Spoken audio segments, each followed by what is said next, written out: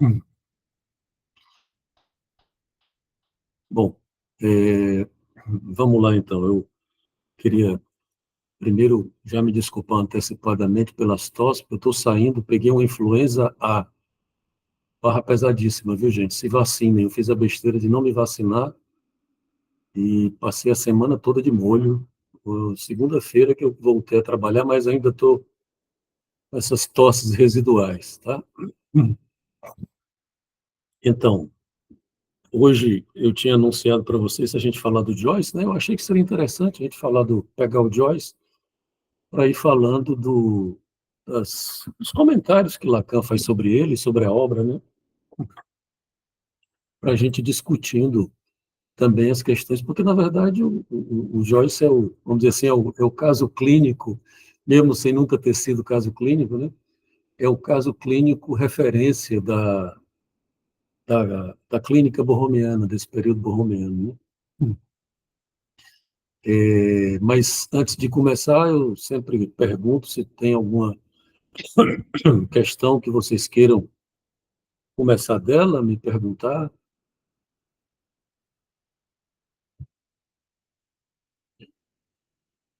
Enquanto vocês pensam, eu vou fazer uma apresentação aqui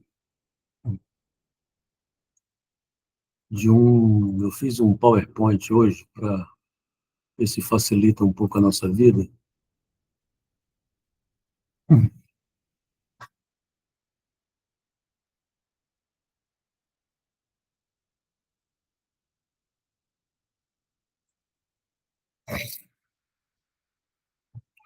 Tudo bem? Estão vendo aí?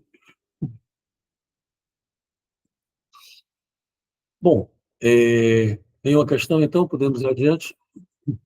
Eu fiz esse PowerPointzinho aqui para a gente retomar um pouco o que a gente já falou e pegar o fio da meada, né? Para a gente poder entender melhor essa coisa do sintoma, e o que é que aconteceu, e da estrutura de linguagem, o que é que aconteceu com o Joyce, né? Vejam bem, é, vocês sabem, obviamente, que a proposição fundamental do Lacan é que o sujeito se constitui no momento em que ele se submete à estrutura de linguagem. Essa submissão, obviamente, ela não é tranquila, e ela é sempre traumática, e ela não é cognitiva. Ela implica o corpo, implica o gozo do corpo. Essa é a grande diferença entre a concepção de linguagem para a psicanálise e para a psicologia cognitiva, e para o Chomsky, para os linguistas e etc., né? Para Lacan, a linguagem, originalmente ele falou do significante, né? Ela faz buraco no corpo e, portanto, faz buraco no real. A função da linguagem não é comunicar, é fazer buraco e fazer furo no corpo e no real, né? Então, veja bem, quando a gente entra na estrutura de linguagem, lembrem-se que a estrutura de linguagem ela é uma estrutura de anterioridade, ou seja, nós não nascemos com a estrutura de linguagem no que pese toda a concepção neurológica e cerebral que é dominante hoje em dia, né, de que você precisaria que essas coisas vêm do cérebro, o que obviamente não é verdade, porque é uma estrutura que penetra no seu corpo, né? A, a expressão é essa, ela passa a ser um parasita do nosso corpo, tá? E Lacan desenvolveu, durante toda a obra dele, todo o processo de inscrição da linguagem e de constituição do sujeito a partir da linguagem. Então, obviamente, vocês já ouviram, eu não vou me deter muito nisso, mas se quiserem perguntar alguma coisa desse período, também fiquem à vontade. Obviamente, vocês já escutaram o famoso axioma: um significante representa um sujeito para outro significante, que é esse matema aqui que vocês estão vendo do mestre, né? Que é esse que se escreve aí no S1, representa um sujeito para outro significante, que era o período da lógica da significação, que a gente já falou também aqui, estou só pegando o fio da meada, mas que Lacan, desde o Seminário 10, quando ele inventa o objeto A, ele começa a interrogar essa operação de significação, porque como vocês estão vendo aí no discurso do mestre, um significante representa o sujeito para outro significante, S1 representa o sujeito para S2, mas tem um produto disso, um resto, que é exatamente o fato de que essa operação de significação, ela nunca é completa, né? Ela sempre deixa um resto. Esse resto, Lacan chamou de objeto A. Tá? Então, se a gente pudesse pensar a estrutura de linguagem de uma forma, um desenho matêmico da estrutura de linguagem, é isso aí. Né? Esse S1,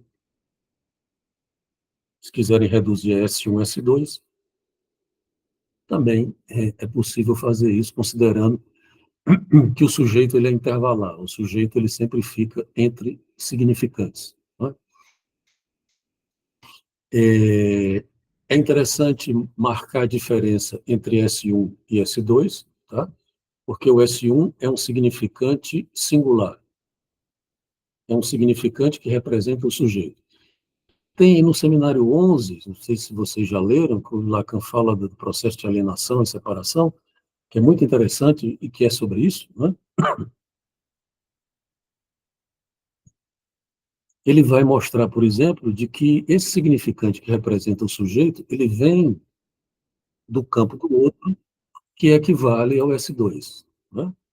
É como se, imaginem, quando nasce, não sei se vocês já tiveram filhos, mas quem teve sabe que quando a gente vai dar um nome ao filho, você vai lá para o grande outro dos nomes, né? Para o dicionário dos nomes, para o campo dos nomes, e você retira um significante e dá esse nome, esse significante passa a ser um S1, que representa essa criança, por exemplo. Né? Quando a criança é nomeada, ela é nomeada dessa forma. Aí veja que o S1, paradoxalmente, curiosamente, vem do S2. Como se você dissesse, nós temos primeiro o grande outro, na ideia lacaniana, né? Como se você tivesse o conjunto de todos os significantes, e para que um significante represente um sujeito, ele precisa ser retirado desse campo, desse depósito, entre aspas, né? Extraído e singularizado. Tá? E a partir daí ele vira um S1. Por exemplo, se estou vendo aqui os nomes de vocês, né? O meu, Leonardo, Alexandre, Daniela, Francisco, esses nomes, eles são universais, eles são gerais, eles estão no campo do outro. Eles existiam antes de vocês, antes de todos nós, mas no momento em que você é nomeado, isso se singulariza. Né?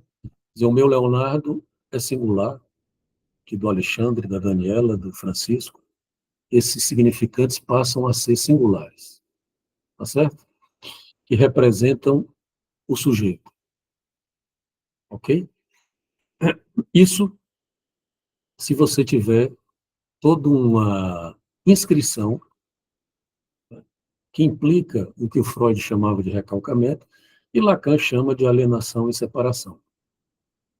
A partir de um determinado momento, cada criança se reconhece com esse nome, desde o espelho até o Édipo, que é os processos de constituição, e a partir daí nós temos uma criança onde essa distinção, porque isso é que é importante, entre o S1 e o S2 se deu, e então a criança sabe, por exemplo, que eu sou um Leonardo diferente do outro Leonardo. Né? Pode existir, obviamente existem outros Leonardos, outras Danielas, outros Franciscos, etc., mas o sujeito neurótico comum, vamos dizer assim, se reconhece nessa condição singular. Né? Tudo bem? É, essa, o problema qual é? É que essa condição singular ela pode se perder. Tá?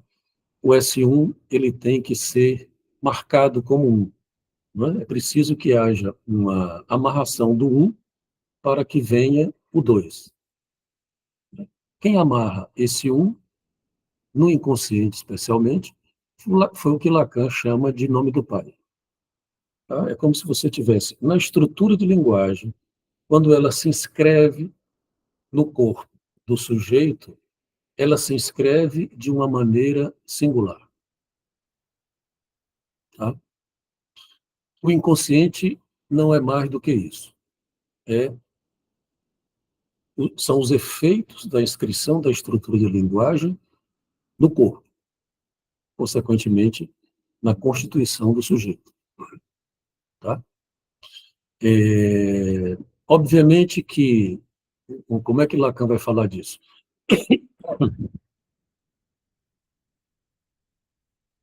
Quando um significante penetra no corpo real de um sujeito, ele se singulariza.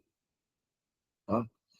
De maneira que, por mais que nós tenhamos uma linguagem que é coletiva, o que é universal, a gente está conversando aqui que esse é o campo do outro, nós estamos conversando e vocês estão me entendendo, e vocês falam, eu entendo, nós partilhamos do que Lacan originalmente chamou de código, depois ele abandonou essa história de código, né? Ele viu que não era propriamente um código, não havia uma amarração, né? Mas nós partilhamos e conseguimos conversar. E aí nós fazemos acordos, né? Acordos de sentido. Nós damos sentidos, amarramos. Eu vou pular aqui o PowerPoint para uma outra aqui, tá? O grafo do desejo, que eu imagino que vocês conhecem, que é mais ou menos como nós temos a estrutura de linguagem amarrada, né? Aqui você tem o sentido, deixa eu ir para a figura. Aqui você tem o campo do outro, que eu estava falando, esse campo universal, aqui o sentido, e esse eixo de cima é o eixo que a gente poderia dizer da enunciação ou da singularização do sujeito. Essa parte de baixo é a parte onde, do que Lacan chama do discurso egóico, é mais ou menos esse papo que nós estamos tendo aqui, e a parte de cima é a parte onde essa linguagem se singulariza, inclusive ó, com o desejo, com a demanda do outro, com o fantasma do sujeito. Né? O que é que isso quer dizer? Que eu não vou me demorar disso, mas, como eu disse, qualquer coisa vocês me parem. A linguagem, ela é, de uma certa maneira, coletiva, né? Mas ela se singulariza. Então, ela se singulariza onde? No inconsciente. O inconsciente é uma língua singular. Por que não existe inconsciente coletivo? Porque o inconsciente não é coletivo, ele é singular. Existem símbolos, nós vamos já ver isso aqui, tá? Mas, e vamos ver, inclusive, a grande diferença entre Freud e Jung. O símbolo ele pode ser coletivo, que é por onde o Jung vai, universal e tal. Mas o inconsciente não. O inconsciente, a linguagem é coletiva, a estrutura de linguagem é coletiva, a estrutura de linguagem permite o laço social, está aqui o discurso do mestre, né?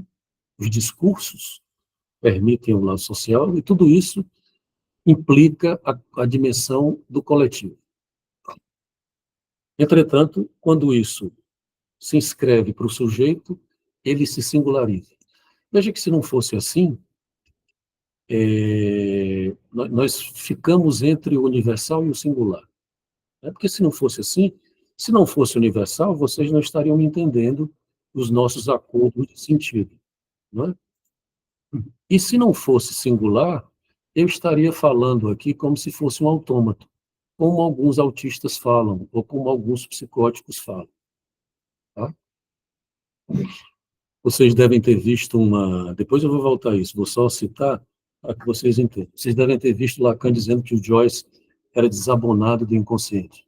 Não é? O que Lacan está dizendo é isso, que o Joyce ele não opera com o inconsciente dele, que o inconsciente dele não se singulariza da maneira que o neurótico, como nós neuróticos comuns, funciona. Tá? Então isso é muito importante porque o inconsciente ele é singular, não é coletivo.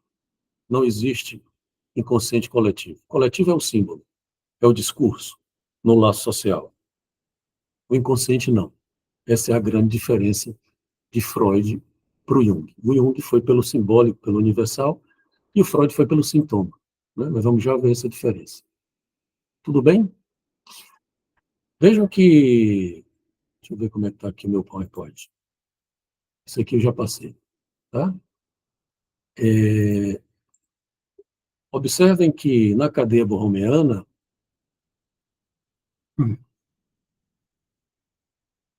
deixa eu só voltar um pouquinho aqui para chamar a atenção de vocês. Observem que aqui no grafo do desejo, o sentido ele está situado bem aqui, tá? É esse S de A, S minúsculo de A. É onde o sentido aparece. Veja que ele é uma amarração, tá? Já na cadeia borromeana, o sentido, que tem uma certa condição coletiva, tá? Ele está entre o simbólico e o imaginário. Observem aqui na cadeia borromeana. Tá? O sentido ele fica numa interseção entre o imaginário e o simbólico. Tá? E eu falei isso na vez passada, o sentido ele está fora da dimensão do real, como vocês podem observar. Portanto, a gente diz assim, o sentido existe ao real. O que quer dizer que não tem sentido no real. Tá? Bom, tem essas outras letras aqui que eu vou deixar por enquanto, que eu não quero falar delas agora, porque não é o que está me interessando. Tá? Mas veja que o sentido, ele implica um acordo simbólico e social que todos nós temos que fazer, de uma certa maneira, para poder operar no laço com o outro, no laço social, os discursos dizem isso, né? No laço social, nas nossas relações sociais e tal. Né? Para a gente poder conversar aqui, a gente precisa estar submetido a certos acordos de sentido. Por mais que a gente nunca saiba, né?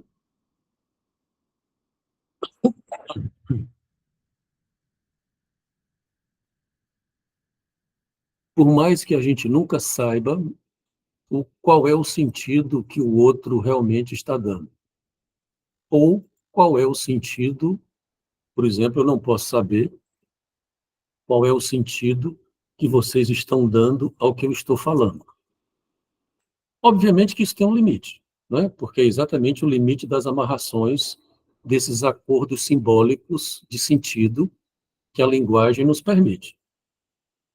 Mas, se você sai do laço social e vai para a clínica, isso faz toda uma diferença. Tá? Porque o sentido, na clínica, ele tem uma condição absolutamente singular, porque é um sentido inconsciente. Tá certo? Mas veja que, mesmo o sentido inconsciente, ele não é um sentido particular, ele é um sentido singular. Tá? Por que eu estou dizendo isso?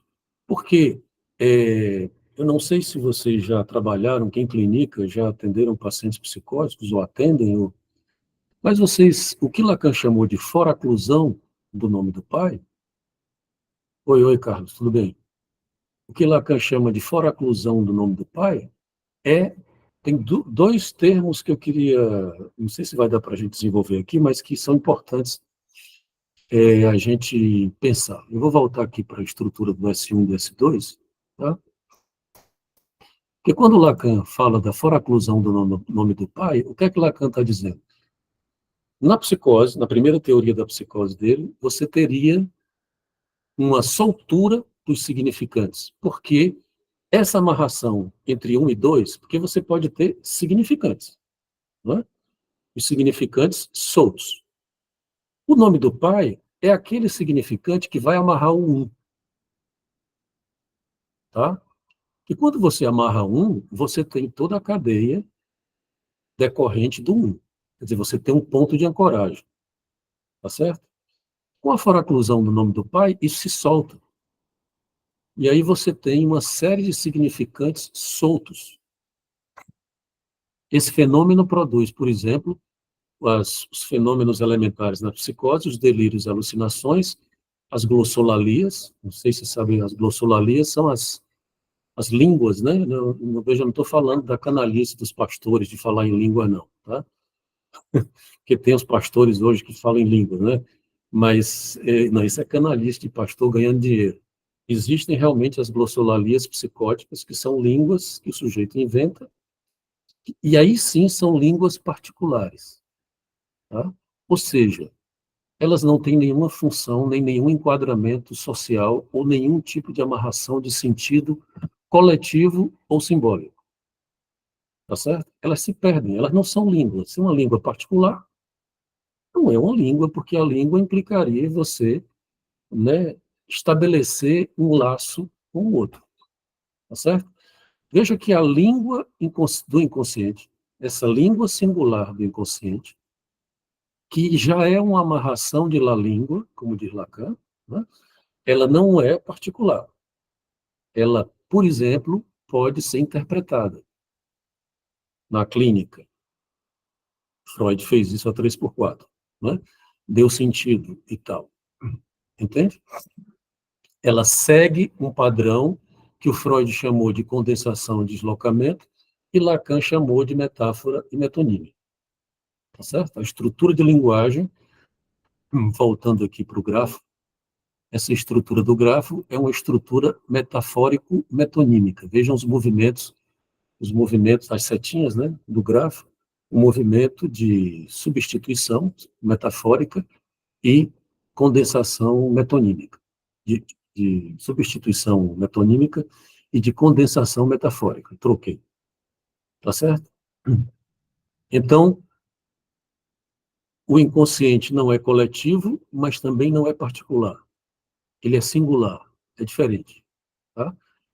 Isso quer dizer o que na clínica? Que na clínica, se você tem medo de cavalo, como o Hans tinha, você não vai fazer como os psicólogos que acham que é o cavalo. Entende? Se você trabalha com a hipótese do inconsciente, você tem que chegar para o Hans, como fez o Freud, e perguntar: ô Hans, o que é um cavalo? Entende? Isso parece meio absurdo, porque, obviamente, na língua coletiva, todo mundo sabe o que é um cavalo, mas na língua singular do Hans, que está organizada pelo fantasma, veja que aqui é exatamente onde eu queria chegar, né? No inconsciente, o S1 é o nome do pai, que dá o sentido, que é o sentido do fantasma do sujeito neurótico. Tá? Esse fantasma, ele não foge de uma relação com o outro. Tá? Ele implica o outro, como todo bom fantasma. Tá certo? Então, é perfeitamente possível você chegar para o Hans e perguntar o que é um cavalo, e o Hans operar uma produção metafórico-metonímica do que é o cavalo. Tá certo? Isso é um sintoma típico das formações do inconsciente freudiano. Ok? Então, na clínica, só para reforçar, como trabalhamos com a hipótese do inconsciente, você não pode seguir a lógica comunicacional dos Chomsky, nem da psicologia cognitiva de achar que um cavalo é um cavalo, de que um rato é um rato, de que, enfim, não é? Você, Lacan na direção do tratamento, que é um escrito dele que eu recomendo que leiam,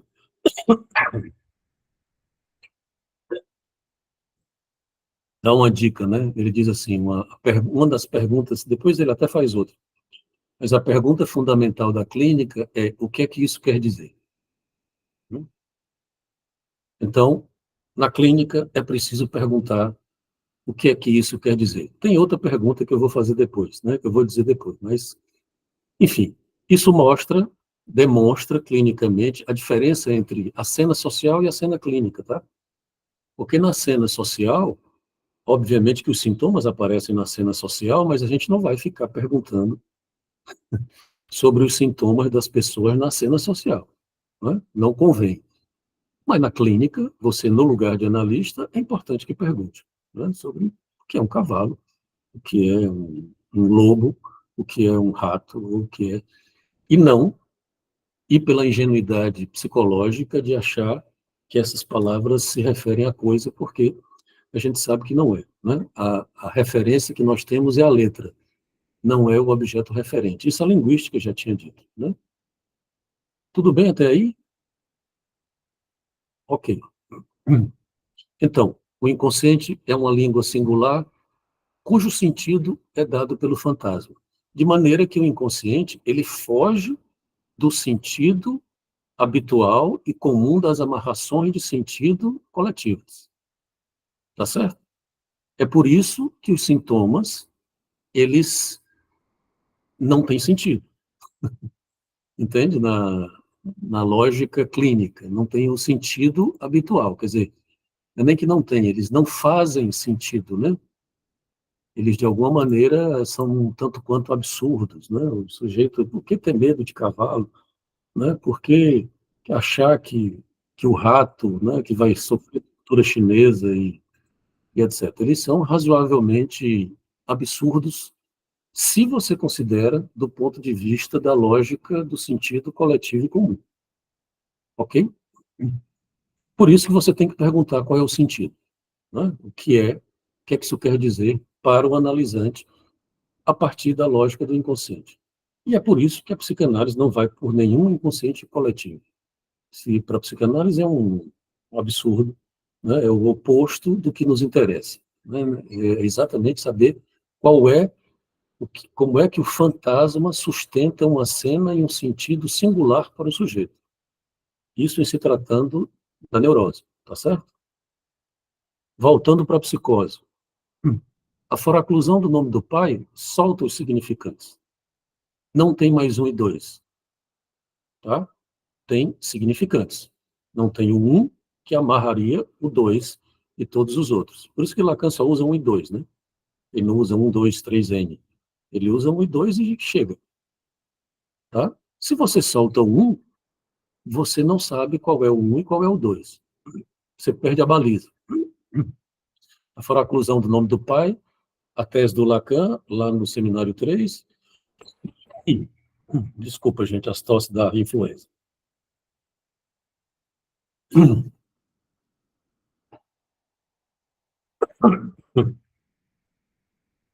Foraclusão do nome do pai implica uma elisão do falo.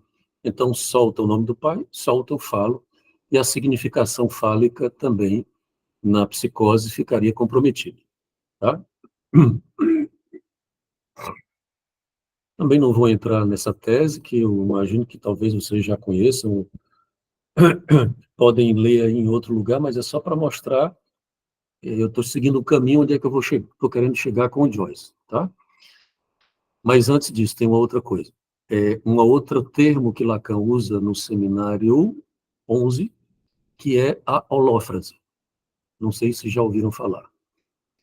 A foraclusão é uma não inscrição, né, do significante nome do pai, psiquicamente, por isso a soltura. E você tem também a holófrase, que Lacan vai dizer que é uma colagem, é como se esse espaço que você tem entre os significantes, onde ficaria o sujeito, entre S1 e S2, ele se apaga. Ele se... Exatamente. Ele vai falar, no seminário 11, ele vai falar da debilidade mental e também da psicossomática, né? De como você tem na holófrase esses efeitos que ele vai explicar a debilidade mental e a psicossomática, né? Que é uma colagem desses significantes. Tá certo? Bom, é, vou passar aqui pelo gráfico, vocês já viram, então veja, o sentido, faltando aqui a questão do sentido, né? Então, o sentido, ele implica um certo acordo de realidade que nós fazemos entre o imaginário e o simbólico, tá? Veja que Lacan também fez uma distinção entre realidade e real. Realidade não é o real, tá? Veja que o real está fora do sentido. Ousaria dizer que o real está fora da realidade, né?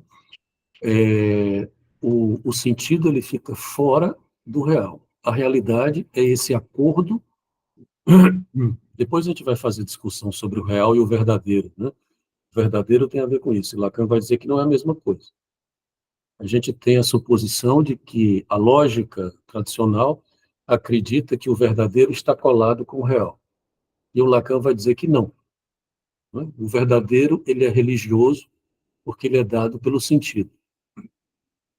Daí porque ele diz que o cristianismo é a verdadeira religião, né? Porque a verdade é dada pelo sentido e não pelo real.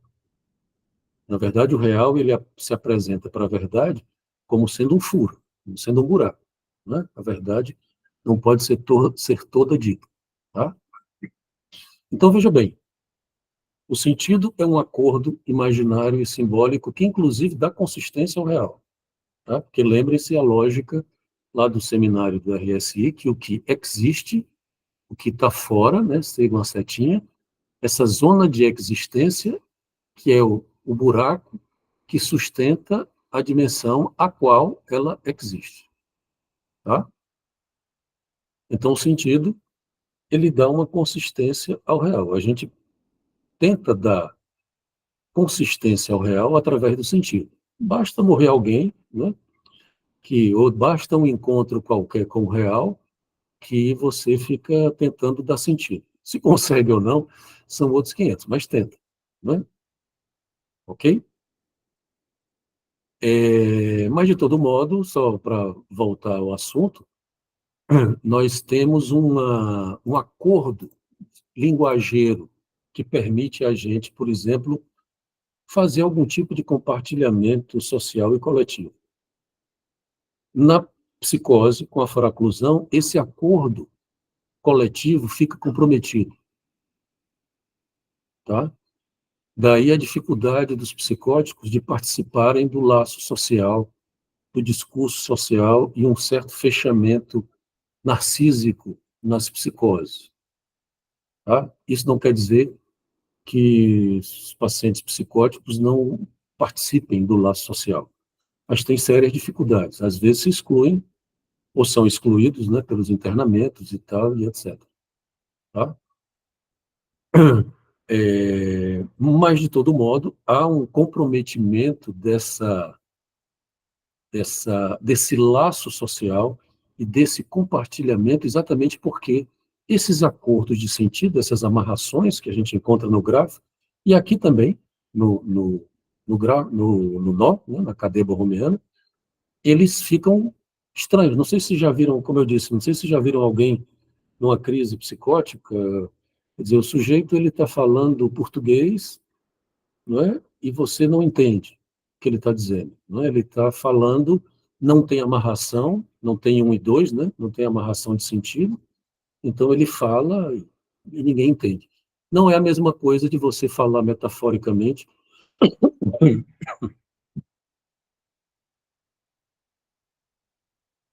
com um certo rebuscamento de linguagem e o outro não entender, não é isso, tá? É a estrutura de linguagem que está solta e, portanto, não tem uma amarração qualquer. Quem dá essa amarração e esse enodamento é o nome do pai. É o tal do Santome Pai, como diz Lacan. Tá? Qual é a grande heresia do Joyce? É que o Joyce ele pega a estrutura de linguagem e ele brinca com essa amarração dos significantes, né? Ele brinca porque Lacan vai dizer que o Joyce tinha uma foraclusão de fato, né? Ele disse que ele não era louco, mas essa amarração, ela por algum motivo, ela não opera no Joyce. Essa amarração do 1 e 2. Né? Isso permite a Joyce, sem ser psicótico, o que é curioso, fazer um tipo de desamarração de la língua, porque, como eu já disse para vocês, né, a gente tem la língua, que é esse esburacamento do corpo pela linguagem e, consequentemente, a substância gozosa do corpo que se estabelece pelo, pelo sonoro da língua, né, por la língua, e depois nós temos essas amarrações de sentido, que eu acabei de falar. O que é que o Joyce faz? ele consegue operar não com a língua. É isso que o Lacan vai dizer. O Joyce, ele não escrevia com a língua no sentido da língua inglesa. Não é? O Joyce, ele escrevia com la língua, ou como diz Lacan, Lacan não, Solé, Philippe Solé, ele, ele escrevia com le langue. Le langue são várias línguas. Ele brincava, o Joyce, ele brincava simplesmente com 65 línguas. Não é? Só. Ele fazia esse jogo translinguístico e brincava para lá e para cá, de maneira que, como diz o Lacan, ele faz um tipo de heresia, porque ele cria uma outra forma de escrita, e o Lacan chega a dizer que ele destrói o inglês. Né? Ele faz quer dizer, o acordo com o sintoma pai, que esse acordo simbólico que todos nós fazemos, de uma maneira ou de outra, o Joyce faz uma heresia e subverte isso de uma maneira que não é delirante. Né? Porque, como eu disse, o psicótico faz isso também, mas o psicótico faz isso. Desculpa. O que o psicótico faz não é propriamente uma heresia. Né? Ele desinoda não, porque aí complica, né? Porque não é mais um desinodamento. Ele faz algum tipo de lapso que a estrutura de linguagem perde a sua amarração, né? A sua de S1 e S2. Tá?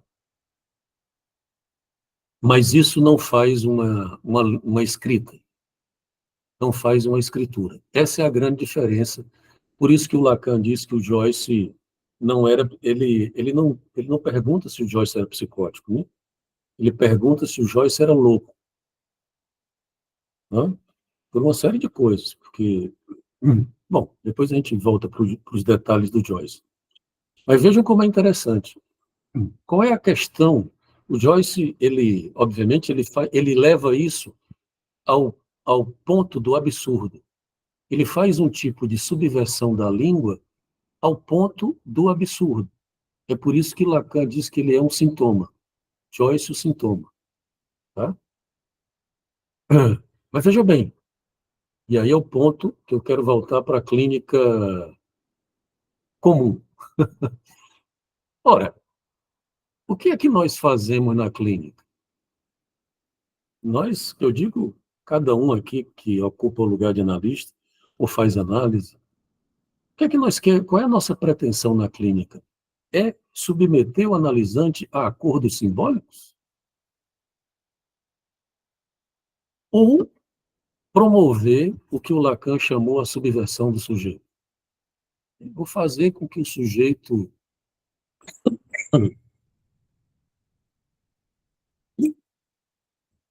produza as suas subversões e produza os seus próprios significantes, que são os S's1, não é? Lá no discurso do analista, que infelizmente eu não coloquei ele aqui, é o que Lacan vai dizer que se produz no análise. Né? A intervenção do analista é no sentido de pedir para o analisante produzir seus próprios significantes. Tá? Então veja que o Joyce, ele leva isso a uma condição de absurdo, mas, de todo modo, não deixa de ser algo que nós pretendemos fazer na clínica. Por que que nós não somos mestres, o analista não ocupa o lugar do mestre, ou o lugar do professor, ou o lugar do coach, ou o que quer que seja? Né? Porque o analista, na causação do sujeito, ele convoca o sujeito a que ele produza os seus significantes singulares. É por isso que, na análise também, o analista não fica dando sentido, que é isso. Obviamente que vocês podem lembrar que a história da psicanálise está recheada de interpretações de sentido, inclusive do próprio Freud, o que é verdade, né? E os kleinianos nem se falam. Mas, com Lacan, a gente pode interrogar isso. Quer dizer, o sentido, como eu disse, ele é dado pelo fantasma do analisante. E aí, na análise, esse sentido também vai ser interrogado. Tá? Mas, em nenhum momento, o analista promove acordos de sentido.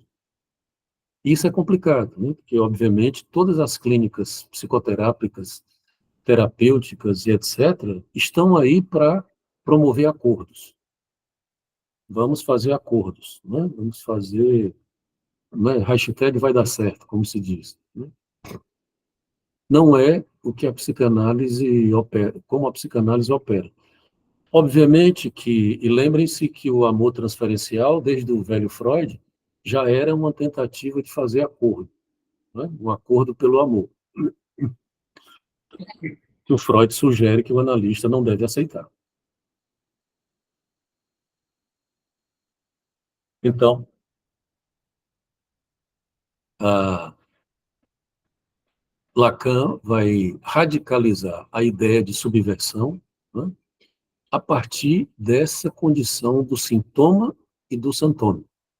Tá? É por isso que eu disse para vocês na vez passada que o sintoma ele passou a ser um dos conceitos fundamentais desse período. Tá certo? Então, veja bem, a heresia, a heresia, ela é necessária. Nós temos que tornar é péssimo, não esqueçam o que eu disse. Ninguém tem que tornar ninguém nada, né? Mas a análise, a direção do tratamento, ela deve convocar o sujeito a produzir as suas heresias. Né? Ora, não é por acaso que o Lacan vai dizer nesse seminário que é necessário você dispensar o pai, contanto que você possa fazer uso dele. Né?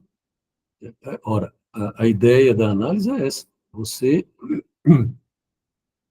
não está, a análise não foi feita para você submeter o analisante ao Santome pai.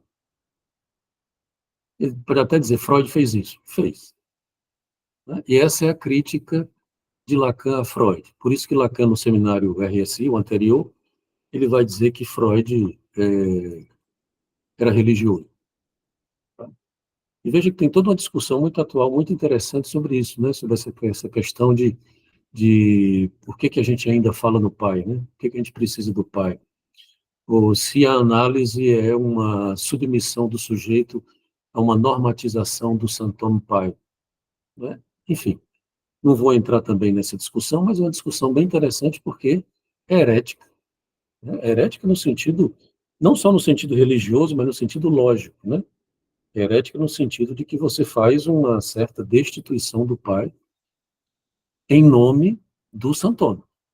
Tá? O sujeito precisa fazer, é convocado a fazer, a inventar um Santoro. Tá certo? Tudo bem até aí, gente? Estão calados hoje, Sim, calados? sim. Bom, veja que tem uma passagem da primeira lição,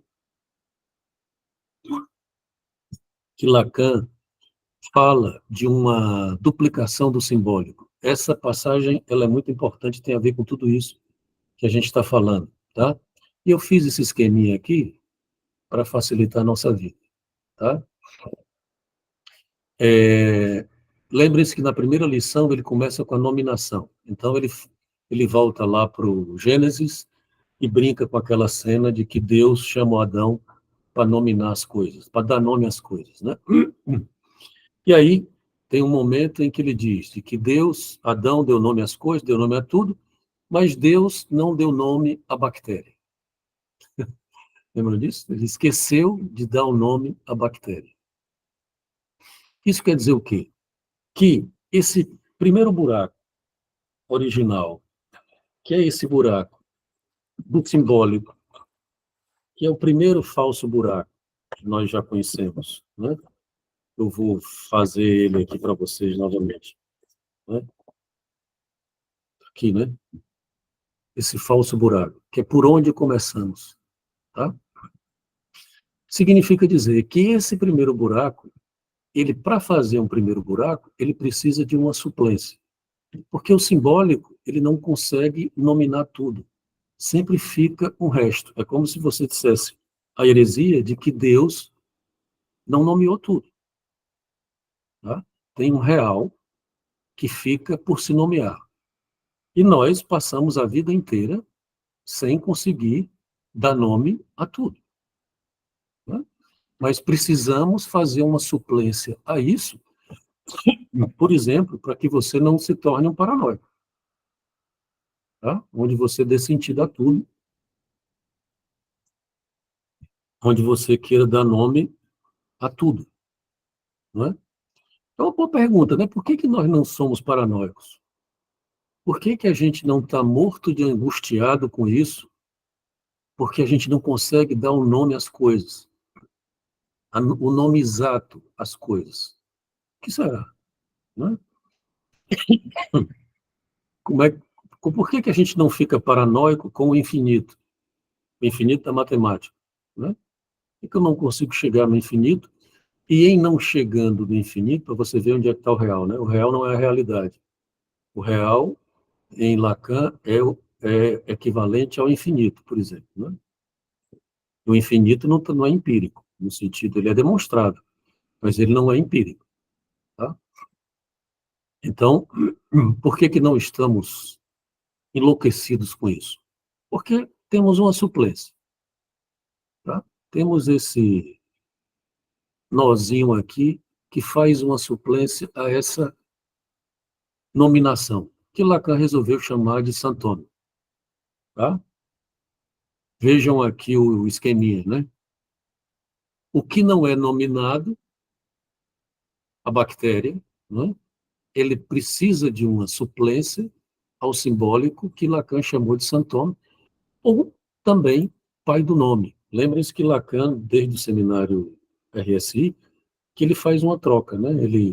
Ele faz o que ele chama de uma pluralização dos nomes do pai, deixa de ser um, né? São vários, e aí ele também faz uma troca, ele vai dizer que a função principal do nome do pai é a função nomeante. E aí ele faz essa troca e passa a chamar o nome do pai de pai do nome. É outra função do pai, né? É outro pai. É o pai nomeante. Tá certo? Tudo bem aí? Quer dizer, essa é a diferença, por exemplo, entre o sintoma e o santoma. Veja que no esqueminha, quer dizer, quando se nomeia, essa nominação ela se torna um S1. Tá? Ela implica um S1. E aí é onde o Lacan vai dizer, o S1, que essa é a duplicidade do simbólico, que ele vai explicar no seminário, ele se torna símbolo e sintoma. Tá? É como se o S2 explodisse em dois. Né? Ele se torna símbolo e sintoma. Veja que o símbolo é exatamente isso que nós falamos há pouco, é isso que permite a gente fazer acordos simbólicos, e o sintoma é exatamente aquilo que implica um desacordo, é aquilo que desinode.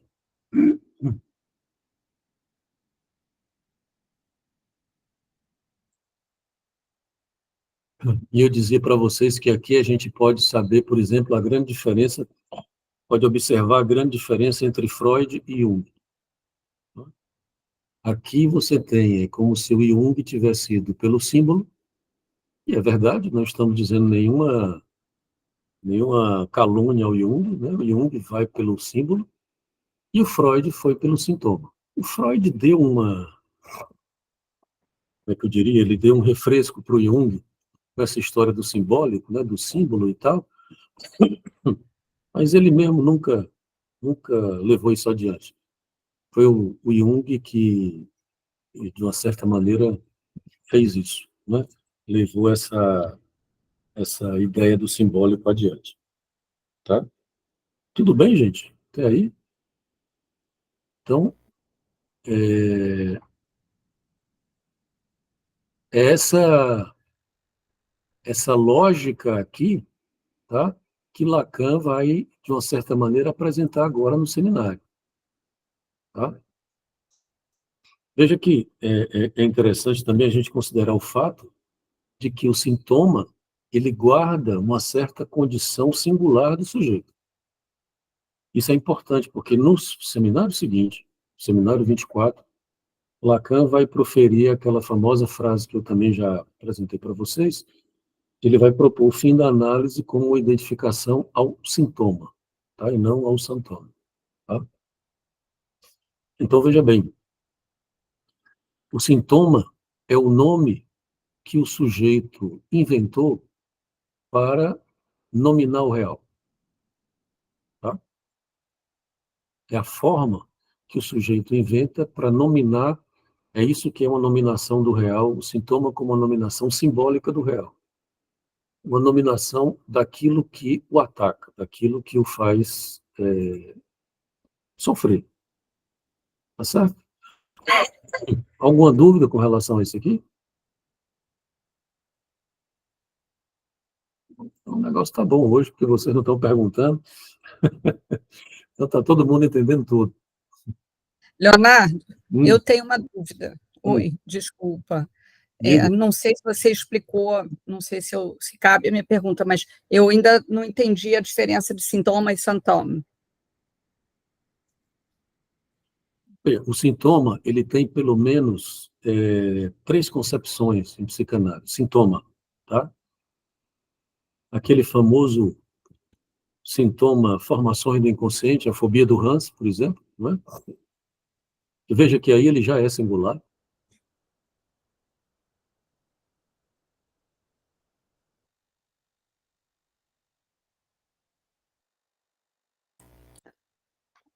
Já já ele deve voltar.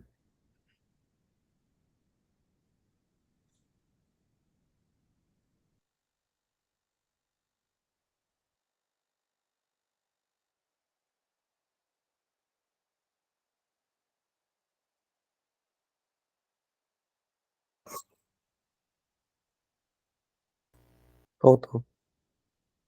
Oi, oi, gente, estão me ouvindo? Deu uma caída aí, né? Sim, Sim, voltou.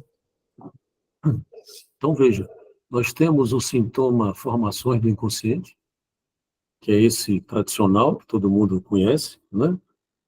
Desde Freud, e Lacan, num determinado momento da obra, especialmente no seminário 16, ele estabelece uma outra começa a estabelecer uma outra concepção de sintoma, que vai determinar o sintoma como uma nominação do real. Qual é? É que ele vai dizer assim, o sintoma é aquilo que indica que alguma coisa não anda bem. Ele diz isso no seminário 16. Veja que o sintoma ele é um sinal do real de que alguma coisa não anda bem. Inclusive, ele vai dizer que o Marx, ele faz no seminário 16, ele faz todo um desenvolvimento com a economia política do Marx, né? E ele vai dizer, então, de que foi Marx que inventou o sintoma, exatamente porque Marx mostrou que tem um, uma dimensão do real que o saber absoluto hegeliano, ou enfim, a política, ou o que quer que seja, não resolve, que é a luta de classe, por exemplo. Então, tem essa condição real aí do sintoma que indica que algo não anda bem. Veja que, nesse momento também, você pode dizer que há aqui uma certa sustentação de uma certa subversão do sujeito pelo sintoma. Vou dizer de outra maneira, não é propriamente uma subversão, mas é uma bandeira que o sujeito apresenta no campo do outro. tá?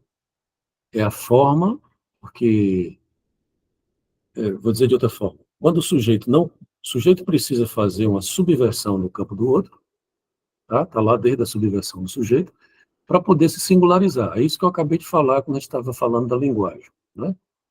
Você recebe a linguagem que vem do outro, mas essa linguagem, quando penetra no seu corpo, você precisa subvertê-la e fazer delas um S1. Tanto é que eu estou falando aqui de uma maneira singular, por mais que eu esteja usando palavras que não são minhas, que não foi eu que inventei, né? Tá?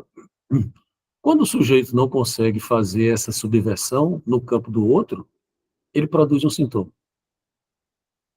É a saída que o sujeito, a saída malfadada, né, que o sujeito encontra para se safar do outro.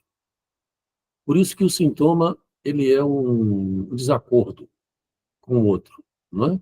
Ele desinoda com o outro, ele é fora do sentido, como diz o Lacan, porque ele está fora do acordo simbólico. Não faz sentido você ter medo de elevador, ou ter medo de cavalo, entende? Não faz sentido para você, né? Mas para o sujeito, na realidade psíquica e fantasmática e religiosa dele, inconsciente, faz, tá? Essa é uma, vamos dizer assim, eu digo que é uma definição de passagem, até chegar ao que Lacan chama de sintoma-letra, que é exatamente o momento em que o sintoma vai ser uma escritura do real. É aquilo, porque isso implica uma certa relação com o gozo, né? O sintoma, ele vai passar a ser definido por Lacan como uma forma de gozo, tá? Então, deixa de ser simplesmente uma formação do inconsciente, né? Ele deixa de ser um significante que substitui, deixa de ser um sintoma metáfora e passa a ser um sintoma letra, porque é uma letra, o cavalo, ele grafa um gozo do corpo do Hans. Eu já disse isso para vocês, né? Lá na conferência de Genebra, o Lacan diz isso, de que o cavalo foi a letra que permitiu a Hans dizer do traumatismo que ele sofreu com a sua ereção. Tá? Diga, litoral, quem é o... Eu esqueci de trocar a conta de novo, desculpa. Mas era isso que eu ia perguntar. Esse gozo, né, que depois o Lacan vai associar com sintoma, tem a ver com essa experiência do corpo, da ereção do Hans, né? Por isso que deixa de ser, não é que deixa de ser, mas passa a ter uma outra forma de ler o sentido também, né? Porque tem gozo também nisso, né? Não é só isso que tu estava falando antes Sim, do primeiro. mas não é o gozo do sentido, não necessariamente, tá? Uhum. Que tem É a outros experiência tipos. que ele teve, né? O gozo, a ereção, e aí aquilo ali, ele de alguma forma ele ligou com o cavalo, né? E Exatamente. O sintoma letra é exatamente esse sintoma que Lacan apresenta lá no RSI, que não está aqui, né? Deixa eu entrar aqui só para peraí. Aqui, ó, estão vendo a setinha, né? O Lacan vai mostrar como o simbólico ele invade o real, né? Opa, ele invade o real fazendo sintoma, né? Ele puxa um braço aqui do simbólico entrando no real, lá no RSI, e vai dizer isso, de que é uma nominação do real, é uma forma de você dar nome ao gozo, tá? Então é como se você dissesse de que nós temos uma economia de gozo. É como se você, de alguma maneira, por exemplo, isso vira um nome, né? O nome do gozo. O sintoma passa a ser o nome do gozo. Que é, por exemplo, não por acaso o homem dos lobos passou a ser o homem dos lobos. O homem dos atos, o homem dos atos. Isso tem a ver com a forma como o sujeito goza, né? Veja, isso é uma questão que se apresenta na clínica. É uma pergunta clínica interessante, né? Qual é o nome do gozo de um determinado analisante que você tem? Né? Como é a forma que ele goza? Quais são os nomes que ele dá a isso? Geralmente são nomes sintomáticos, tá? Então, são maneiras do sujeito nominar esse gozo que vem do corpo, que não é necessariamente o gozo do sentido, tá? Então, são essas formas, tá? Veja que o santoma é outra coisa, para voltar aqui, tá?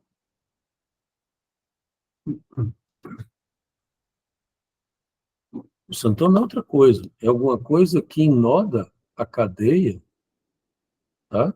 De uma maneira singular.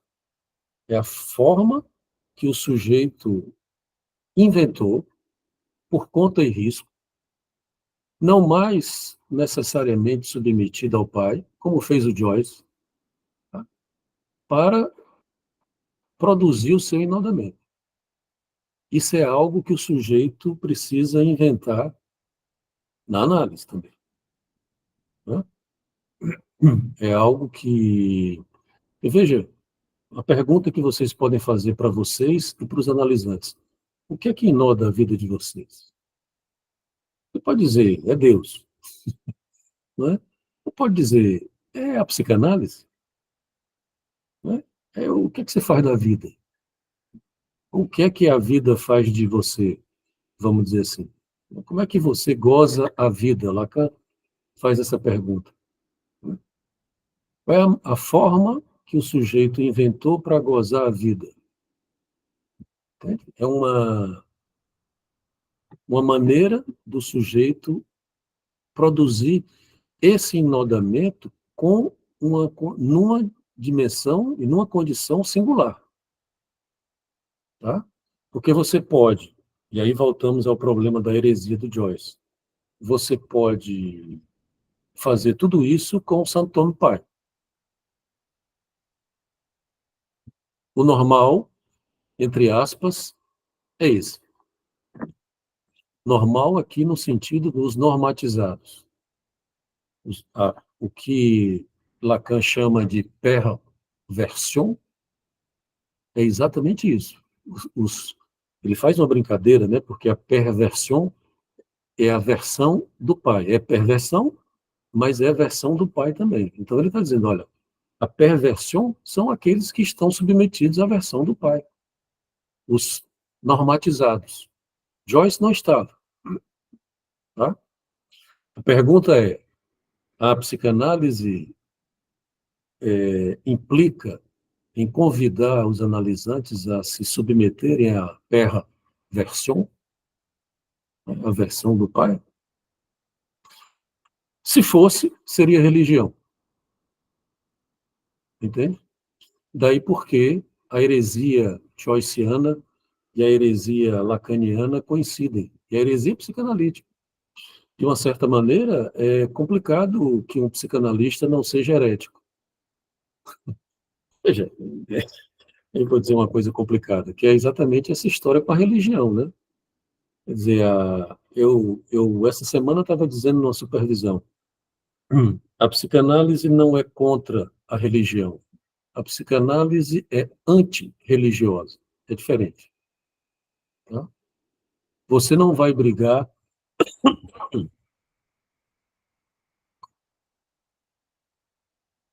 você não vai brigar com a religião do seu analisante, porque você vai perder. Como diz Lacan, sempre perde, né? A religião sempre ganha. E não faz nenhum sentido você, não é, ficar brigando com o analisante, mandando ele deixar de ser religioso. Não se trata disso, né? Mas a heresia lacaniana e psicanalítica implica que o sujeito vá se dando conta da insuficiência do que Lacan chamava de grande outro e que agora ele está chamando de pai. Ora, o Santônio é exatamente alguma coisa que você precisa inventar diante da insuficiência do pai do nome, inclusive, dessa nominação. Entende? é algo que o sujeito precisa, na sua condição singular, inventar. Entende? Então, isso é uma questão clínica fundamental. Obviamente que nós não vamos querer que os analisantes façam essas heresias ao nível da heresia joyciana. Mas isso não precisa, você não precisa ser artista, né? Você não precisa fazer muito. Basta que o sujeito produza os seus significantes singulares. E quando o Lacan fala que o sujeito, que o fim da análise é a identificação ao sintoma, ele está querendo dizer isso, né? Que da mesma maneira que o Joyce, deixa eu passar aqui para o Joyce, né? Da mesma maneira que o Joyce fez uma, um sintoma, né? E fez uma identificação com o sintoma, de uma certa maneira, o problema do Joyce qual é? É que ele fez do sintoma uma missão, entende? Ele passou essa exclusão, ele tem um texto chamado Exílio, né? Ele se exclui da linguagem, ele leva isso ao ponto de uma radicalidade, curiosamente sem psicotizar, né? Mas ele se exclui da estrutura de linguagem, ele é o que Lacan chama de não tolo, né? Lembra dos não tolos erram? Né? O Lenon de Pé, os não tolos erram? Pois bem, Joyce é o não tolo da estrutura. Ele não está submetido à tolice da estrutura que todos nós estamos. Oi, Otávio. Diga. Oi, eu estava tentando aqui e compreendendo, né? Você fez essa conceituação de sintoma, esses três modos de conceituar o sintoma, daí foi para o sintoma, e aí eu acabei, depois ficou meio confuso para mim.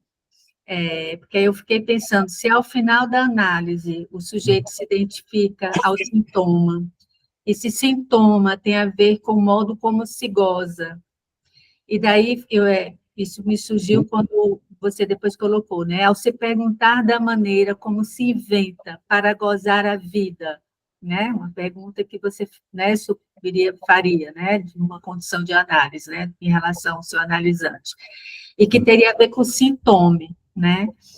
Mas aí eu fiquei pensando se isso não cai, de algum modo, ao que teria a ver com o sintoma, né? Assim, se o sintoma, nesse terceiro sentido que você colocou, não seria já o percurso mesmo de construção desse enodamento nomeado de sintoma. Ficou meio confuso. Porque o que é que acontece? Curiosamente, no seminário 24, o Lacan não fala mais de sintoma, né? Ele volta para o sintoma, que aí é onde eu estou concordando com você. Porque, veja bem, no seminário 24, ele vai dizer o quê? E aí tem a ver com isso que eu estava dizendo, quer dizer, o sujeito ele tem que se identificar ao sintoma, mas de uma maneira que ele invente um savoir e faire com esse sintoma, tá? Que esse gozo do qual ele goza com o sintoma, ele saiba fazer algo com isso, tal como Joyce fez, por exemplo, né, esse savoir-faire do artista, tá? Porque, obviamente, e aí o sintoma passa a ser uma dimensão irredutível. O sintoma não se cura. O sintoma, no 24, tá? Falando no 24. O sintoma, ele passa a ser um modo de gozo do sujeito. E, portanto, ele é irredutível. Não estamos mais falando de cura de sintomas no sentido freudiano do termo. Nós estamos falando de uma certa condição de gozo sintomática do sujeito e que o sujeito precisa inventar um savoir e faire, que é um saber fazer com, né? Saber fazer com isso, com esse sintoma, né? E isso é fundamental, a análise tem que possibilitar. A análise tem que possibilitar isso no momento em que você... Porque tem uma outra questão que o Lacan vai colocar no seminário, que é muito interessante, que ele vai perguntar se a psicanálise é um sintoma. E ele vai dizer que não. A psicanálise não é um sintoma. Quem pode ser um sintoma é o analista. Tá? O analista, ele pode ocupar esse lugar para o analisante de um enodamento. Não que o analista faça isso, né? Mas a análise, né, o analista, nesse lugar de quem dirige a análise, pode permitir esse enodamento. A análise pode permitir isso, né? Que o sujeito faça um enodamento, um outro enodamento da sua vida. Entende? A partir de um savoir-faire com o gozo. Porque o gozo ele pode ser traiçoeiro e devastador para o sujeito. Né? O analista parceiro sintoma, exatamente, o Carol está colocando aqui. Né? Porque o analista, obviamente, não pode brigar com o sintoma. Né? Não pode querer curar o sintoma. Deixa isso para a psicologia, que não sabe muito bem o que é que faz. Né? Não sabe qual é a importância do sintoma para o sujeito. Tá? Mas nós não podemos, porque isso o velho Freud já sabia, né? Não da mesma forma. Mas quando o Freud diz, olha, não queiram curar, que papo é esse? O furor curantes, né? Parem com esse negócio de furor curante, de querer curar. A cura vem por acréscimo, né? Quer dizer, não fiquem procurando curar, porque tem alguma coisa aí da operatividade do sujeito, da estrutura, e hoje a gente diz assim com Lacan, né? Da dimensão do gozo do sujeito, que o sujeito precisa disso. Né?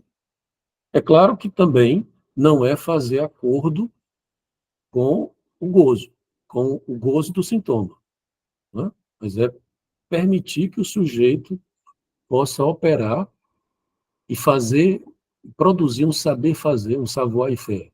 Porque veja que o saber, e aqui é importante a gente falar do saber, né? Voltamos à problemática do inconsciente.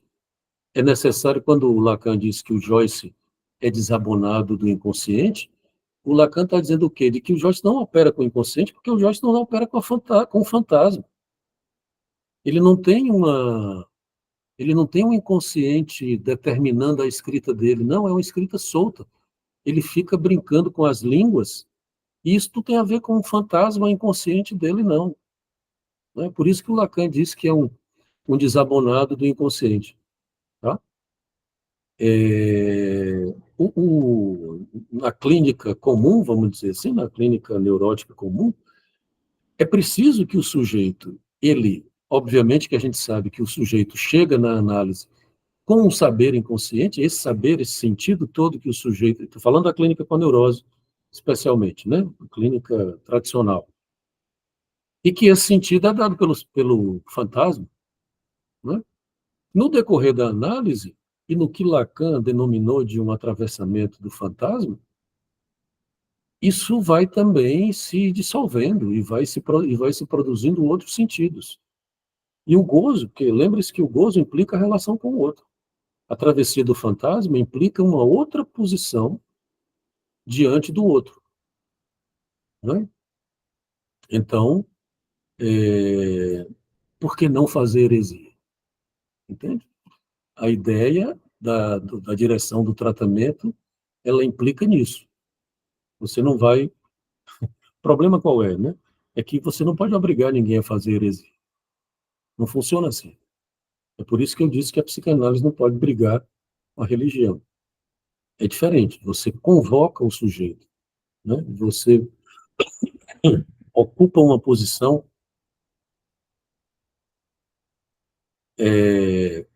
de um parceiro sintoma que permite a heresia, tá? Porque senão você vai ficar tentando curar e normatizar o sujeito sem sequer interrogar o sujeito do porquê que ele goza dessa forma. Né? Quer dizer, é por isso que demora, né? É por isso que demora. As coisas não são não são simples. Tá? Quer dizer, veja que a inscrição de gozo é uma escritura. É uma escritura. A forma como cada um goza está escrito no corpo.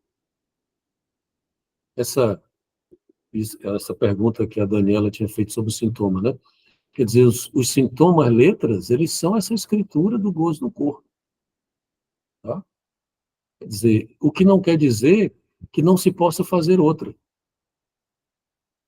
Entende? É claro que isso tem um limite. Isso tem um limite, obviamente, né? Mas é possível o sujeito fazer uma outra escritura. Tá? É possível ele desinodar, fazer algumas torções, né? E desinodar não, reconfigurar sua condição borromeana. Entende? Isso é possível fazer. Tá? Então, tem uma condição de escritura do real. Tá? É por isso que o Santome tem essa importância nesse momento. Que o Santome, ele implica essa possibilidade de dar essa escritura do real. Tá? Que é uma escritura singular. É como se você passa a ser o seu próprio Adão. Não é? Oi, Carol, diga. Oi, Leonardo. Você falando assim, eu me lembrei do seminário anterior que você fala que Lacan teve que descer ao nível de Lalang, eu acho que é assim que fala, para poder chegar em algo mais dessa sonoridade, para produzir algo. Eu acho que isso tem a ver com isso que você está falando agora, essa possibilidade de nova escritura. Sim, tem. Veja que a própria ideia de interpretação, que aí, veja bem, o Lacan está trabalhando com outra concepção de linguagem, né? E que é exatamente essa descida a Lalang. Por que ele desce a Lalang? Porque Lalang é a língua do gozo, do corpo. Tá?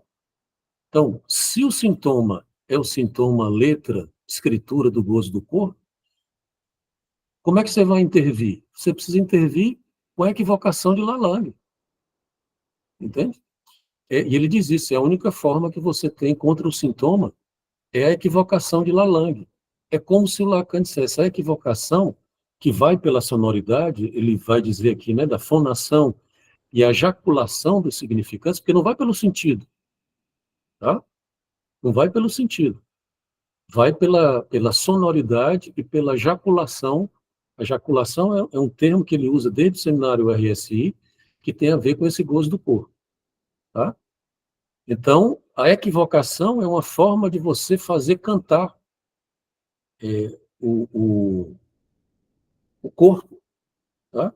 Ele tem uma passagem, agora, eu acho que é na própria Conferência de Genebra, se não me engano, que ele renomeia o texto, o primeiro texto dele, né? O primeiro não, mas um dos primeiros, que é o Função e Campo da Fala e da Linguagem. Nessa conferência, ele renomeia o texto, ele diz, olha, eu chamei de Função e Campo da Fala e da Linguagem. Agora eu vou chamar de ficção e canto da fala e da linguagem. Quer dizer, a fala canta, entende? E cada um tem que fazer a sua ficção para poder, porque lembre-se que a ficção, e aí fica para a próxima vez, a ficção ela tem a ver com a verdade, né? Tem a ver com o real e com a verdade. A ficção não é mentira, não é não é outra coisa, entende? Então a escuta e a intervenção do analista, é claro que a gente não abandona as intervenções que implicam os acordos simbólicos, porque isso é impossível, né? Mas a escuta tem que ir também por essa via. E a equivocação também vai nesse sentido, né? Diga, Daniela. Não sei se eu respondi, Carol, depois você me diz. A Daniela tem uma... Oi, Leonardo. Não, acho que ajudou bem. Seria Eu vou falar uma coisa que você me diz se dá para articular mais ou menos desse jeito. O Saint-Homme, eu poderia dizer que ele é um operador para favorecer uma nova escritura, cujo produto seria o sintoma de fim de análise? Sim, exatamente. Ele é a caneta, É, né? é o lápis, né? Se você Uhum. quiser, a corda, né? O que vai dizer que dá consistência à corda, né? Uhum. E a corda, é interessante que no português tem essa sonoridade de acorda, né? Sim. Nossa, muito bom isso. Acorda, acorda, né? O sujeito precisa acordar. É claro que a heresia faz acordar, né? O problema é que a gente não consegue ficar acordado o tempo inteiro, né? Quer dizer, lembre-se, tem uma coisa curiosa de que o Lacan vai dizer no Seminário 11, que é uma passagem belíssima do Seminário 11, vocês devem lembrar, que é quando ele está interpretando, tem o acorde da música e tem o acorde da corda, né? Acordar, né? No Seminário 11, ele está interpretando aquele sonho lindo do Freud não, né? Que o Freud cita do pai, não vês que estou queimando, não é? E aí, no Seminário 11, ele faz uma outra interpretação, né? Porque o Freud faz aquelas interpretações sensoriais, aquele babado todo do Freud, e o Lacan dá outra interpretação e diz, não, ali o que aconteceu é que o pai se deparou com o fato real de ser pai, de que um pai não consegue não deixar um filho morrer, não é? Ele tenta, mas não necessariamente consegue. E aí ele diz uma coisa fantástica, ele diz assim, olha, o que que acontece? Por que que ele acorda? Ele acorda para continuar dormindo, não? A gente, quando se depara com o real no sonho, e o sonho nos apresenta o real, né? Nós acordamos para poder continuar dormindo, a gente tem que voltar para a realidade, né? Voltar para a realidade é abandonar o real, né? Abandonar não, né? Escantear o real, né? Então, é uma forma que o sujeito tem para acordar. Agora, o problema é que você não pode ficar acordado o tempo todo como o Joyce, né? O Joyce, é muito interessante isso, o Joyce é um não tolo. É impressionante como é, porque o Lacan diz isso no seminário 21, né? Esse o não tolo Zé, o Lacan diz, olha, você precisa ser tolo da estrutura. O sujeito é um tolo da estrutura. É claro que você está submetido à estrutura, não tem como você não ser tolo da estrutura, porque não tem como você sair da estrutura. Pois bem, apareceu um cara que saiu, né? Que é o Joyce. É um cara que, sim, quase ele faz com a linguagem o que quer, né? É muito impressionante. Ele subverte a língua, essa história de lelangue, né? Que lelangue em francês são da homofonia de la línguas, né? Várias la línguas, porque nós temos a língua materna, né? A língua materna faz uma amarração. É curioso que seja materna, né? Essa semana foi o Dia das Mães, né? Teve até apareceu um psicanalista explicando por que o mamá é universal, né? O AA e tal, é curioso que seja essa amarração universal do mamá. Língua materna, amarração fonemática do mamá. Como é que aparece um cara que tem 2 ou 3 línguas maternas, né? Exato. É um vídeo curioso, né, do cara mostrando que, curiosamente, o mamá é universal, né? Todas as línguas, o mamá não, né? O AA, né? Os fonemas são muito parecidos. Pois bem, você tem um cara que faz uma subversão da língua ao ponto dele criar uma língua muito própria, né? Sem ser uma língua particular no sentido da psicose. Tá? Veja, guardando as devidas proporções, é isso que a gente precisa encaminhar na clínica. Tá? Obviamente que aqui estamos no ideal do Saint-Homme, né? Mas, de qualquer maneira, a lógica clínica psicanalítica inevitavelmente vai por aí. Não vai pelos acordos, né, simbólicos e normativos que a psicologia vai, de que vai dar certo, essas coisas todas, né, de que terapeutizar para o cara ficar casado, para o cara fazer isso. Não, né? Isso não é um encaminhamento, uma direção do tratamento terapêutico que a psicanálise deva promover, pelo menos, na verdade, nunca foi, né? E agora, então, depois dessa heresia lacaniana, que não é mesmo, né? Mas, obviamente, que também não implica que esse dispensar o pai, contanto que possa se servir dele, não significa jogar o pai fora, né? E é preciso que o Santoro ele faz suplência ao pai do nome. Ele se inoda com o pai do nome, ele não joga fora. Tá? Mas, bom, acho que seria interessante, a partir daqui, na próxima vez, a gente falar dessa questão da verdade do real. Né? Eu terminei não falando do Joyce como eu queria, mas tudo bem, a gente tem tempo para voltar a ele. É muito interessante as coisas do Joyce, né? Mas, enfim, acho que podemos terminar. Tem alguma questão que queiram fazer ainda? Temos um tempinho, se tiver.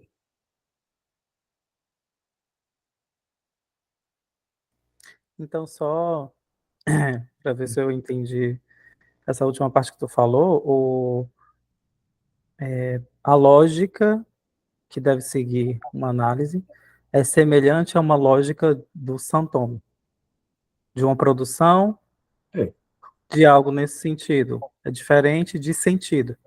É buscar um santome. No caso, o Joyce, o ego dele fez um santome, né? isso. E aí amarrou a estrutura, Uhum, mas isso no caso do Joyce. Aí, numa análise mesmo, de certa forma, a gente tem que se movimentar, ter como horizonte isso. Não é sobre curar, não é sobre resolver o sintoma, não é sobre isso. É sobre ver se o sujeito consegue fazer uma outra coisa com aquilo, que seria o se aproximar, o reencontro com o sintoma aí, né? exato. Tá, É uma escritura do real tá. que você deve promover, é uma escritura do real, né? Uhum. Obviamente com o sujeito usando as suas letras de gozo, inclusive, né? Ok? Então tá. Gente, vou recomendar que vocês tragam questões também do texto. Imagino que o seminário, obviamente, o seminário é um tanto quanto árido, então vocês podem trazer também as questões para a gente tentar. Se eu souber responder, a gente responde. Não, eu vou reassistir, que eu acho que eu tenho muita coisa para digerir. Tá bom, então, vou parar aqui a gravação. Até daqui a 15 dias, então. Tchau para vocês. Obrigada. Ok. Ah,